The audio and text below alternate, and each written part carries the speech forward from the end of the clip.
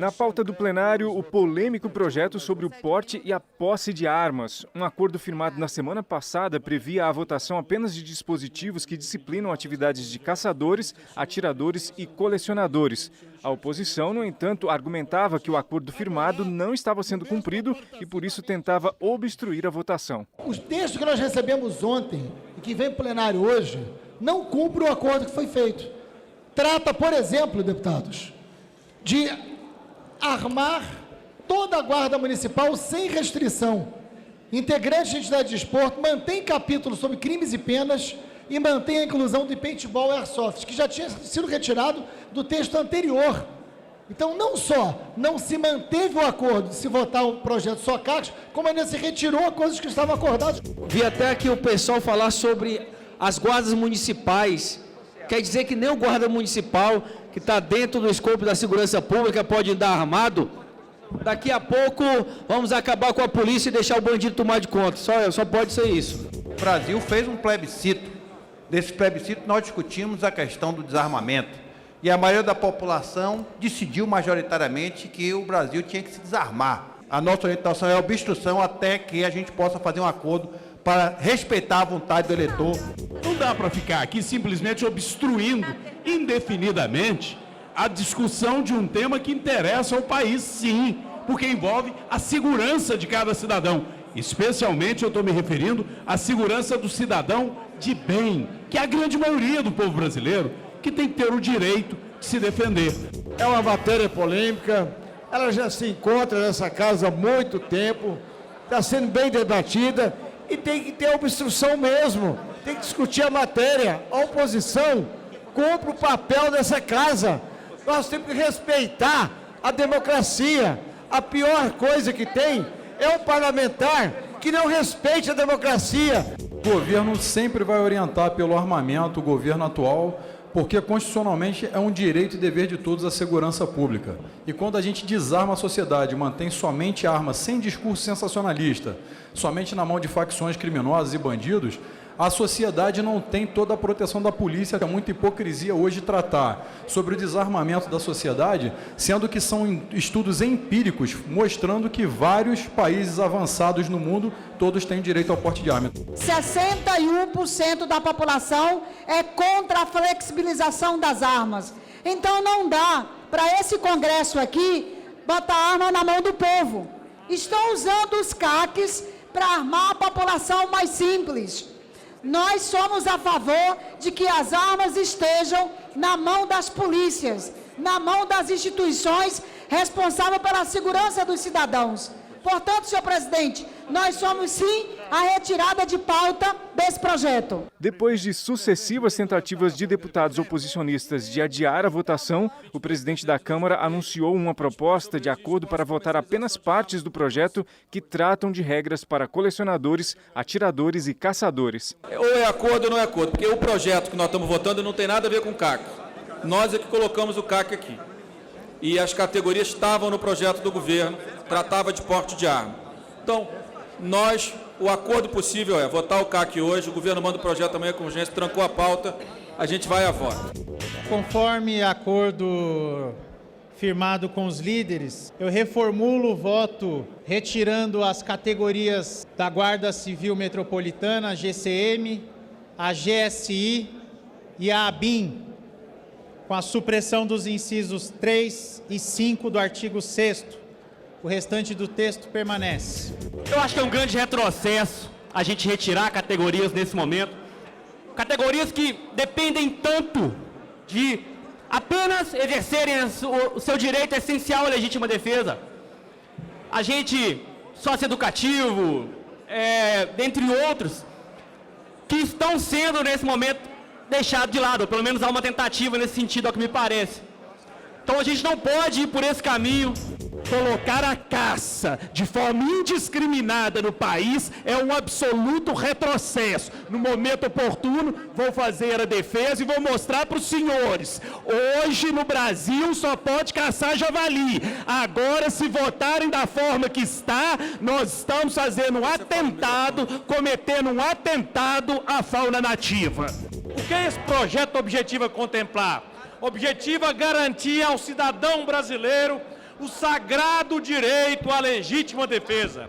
Isso não implica em dizer que todas as pessoas terão direito a possuir ou portar arma de fogo, mas somente aqueles que cumprirem os requisitos legais. Que fique claro, senhor presidente, qualquer discurso em sentido contrário é absolutamente falso, é mentiroso.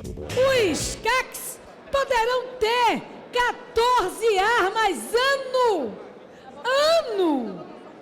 Que arsenal é esse que se está montando? Nós vamos armar milícias? Nós vamos armar quadrilhas? O policial com 10 armas em casa, a casa dele vai ser um ponto de assalto. Aqueles que dizem defender os policiais estão deixando as suas famílias reféns dos bandidos. A proposta será votada agora pelo Senado. O pacote de medidas anunciadas pelo governo esta semana repercutiu no plenário. A intenção de extinguir mais de 1.200 municípios foi criticada tanto pela oposição quanto pelos partidos mais alinhados ao governo. Uma coisa que eu não concordo é com a revisão do Pacto Federativo que o governo quer fazer. Veja bem, a proposta do ministro Paulo Guedes prevê acabar com 1.200 e tantos municípios. Eu faço apelo ao ministro da Economia. Isso não é economia, é centralizar a gestão pública. Essa descentralização com criação de municípios tem ajudado muito a melhorar a vida do povo brasileiro. Vão cortar salário do servidor público para equilibrar o orçamento. E, ao lado disso, liberar 220 bilhões de reais que tinham em fundos setoriais para pagar a dívida pública. Ora, por que dinheiro para o sistema financeiro? Coloca esses 220 bilhões de reais para gerar emprego e renda para o povo. Essa casa não pode aceitar mais esse pacote de atrocidades para o Brasil.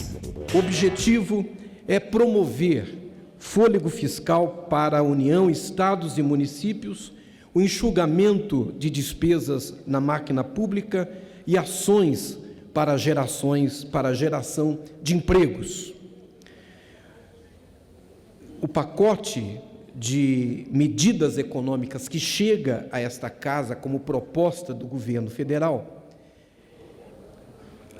é uma continuidade necessária do esforço que esta casa fez quando apreciou, quando discutiu e quando votou a reforma da Previdência.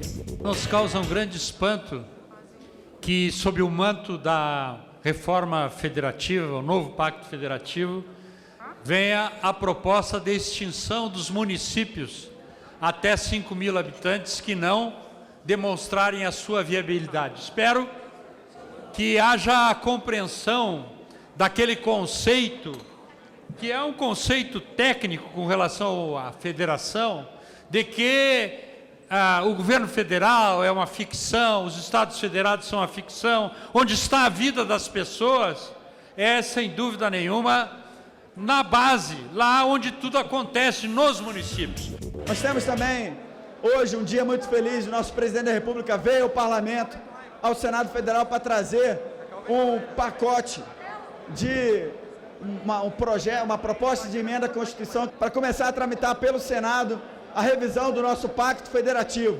Vai ser o maior programa social do Brasil, com certeza, com mais de 450 bilhões de reais sendo transferidos da União para governos estaduais e municipais.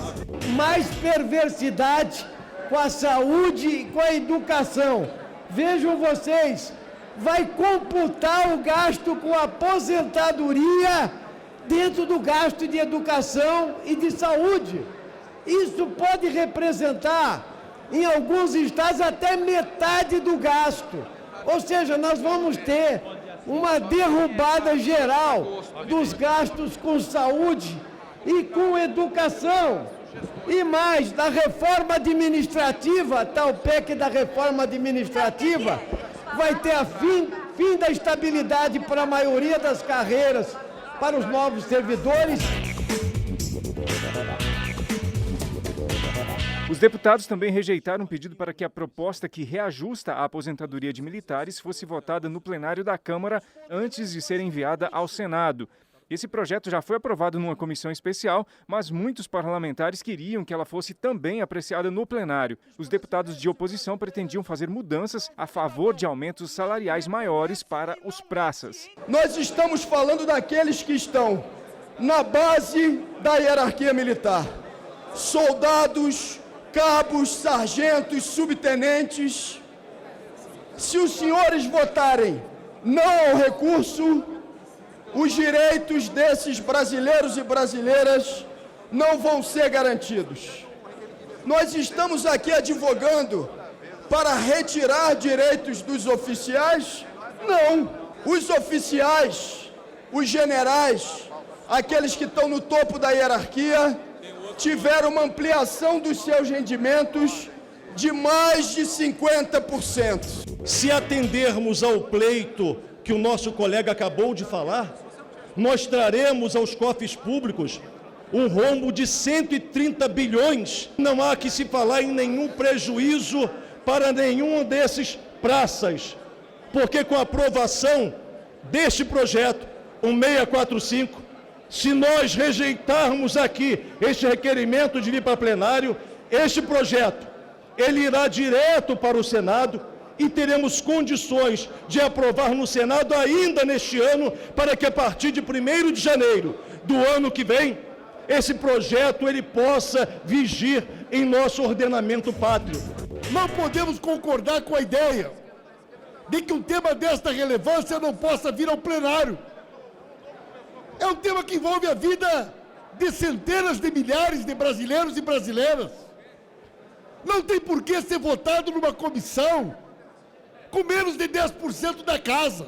Nós queremos que os praças e as famílias dos praças possam também receber os mesmos benefícios, possam também ter as garantias, a segurança que está sendo concedida aos oficiais, às carreiras mais abastadas. Nós estamos no momento de ajuste fiscal do país. Nós estamos entrando no 7º ano consecutivo de déficit.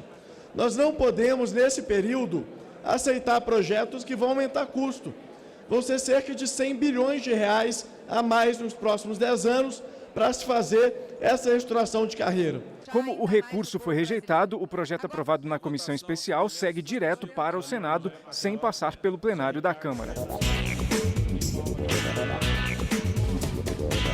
O plenário aprovou ainda a medida provisória que muda as regras de saque do Fundo de Garantia do Tempo de Serviço, o FGTS. O trabalhador vai poder sacar uma parte do FGTS na data do aniversário. O texto aprovado na Câmara prevê um aumento no valor do saque. Agora, em vez dos R$ 500 liberados pelo governo, o trabalhador terá o direito de sacar até um salário mínimo. Nós conseguimos, senhora presidente, dar uma contribuição fundamental ao Conselho Curador, que gere o Fundo de Garantia, para que a gente tenha um fundo mais rentável e que proteja o trabalhador. Os trabalhadores não participam diretamente das decisões do que é feito com o seu dinheiro, e esses trabalhadores ainda tiveram anos consecutivos de prejuízos com o fundo rendendo abaixo do que rende a poupança, abaixo da inflação. A realidade do fundo hoje é outra. O fundo vem rendendo melhor, mas nós nos debruçamos sobre a matéria para que garantíssemos que essa medida provisória que foi mandada pelo governo de uma forma, ela pudesse sair melhor aqui do parlamento, contribuindo ainda mais para o nosso país. É importante que a gente ressalte que permanece aqui o monopólio da Caixa, roubando o trabalhador, remunerando a FGTS abaixo de qualquer outra aplicação do mercado. Isso continua não sendo razoável para o trabalhador brasileiro. A gente tem, da maneira como está colocado, um empréstimo consignado, que também continua sendo um absurdo. O relator amarrou um pouco a taxa para que também o trabalhador não seja tão lesado, mas ainda não é razoável que você faça um empréstimo do seu próprio dinheiro e um banco ganhe com isso.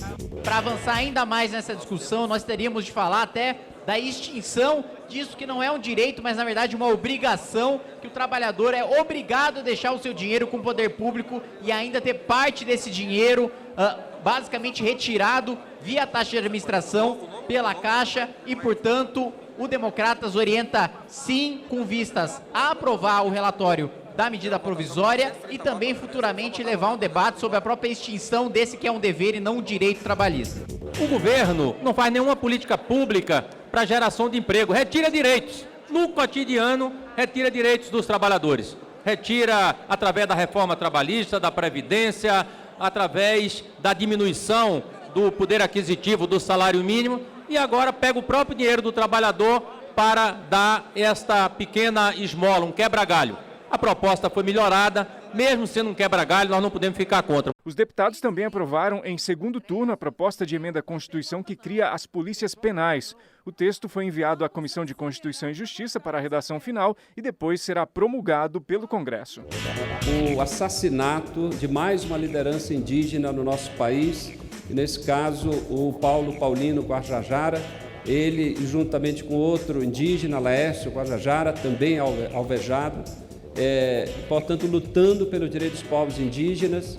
Nós estamos vivendo um momento onde o governo federal, o governo Bolsonaro, que é um governo anti-indígena, que fomenta a invasão de terras indígenas. Nós nos somamos a todos que denunciam esse praticamente genocídio, um novo genocídio. Temas de interesse nacional debatidos em plenário, a reação e propostas dos deputados, fatos e opiniões.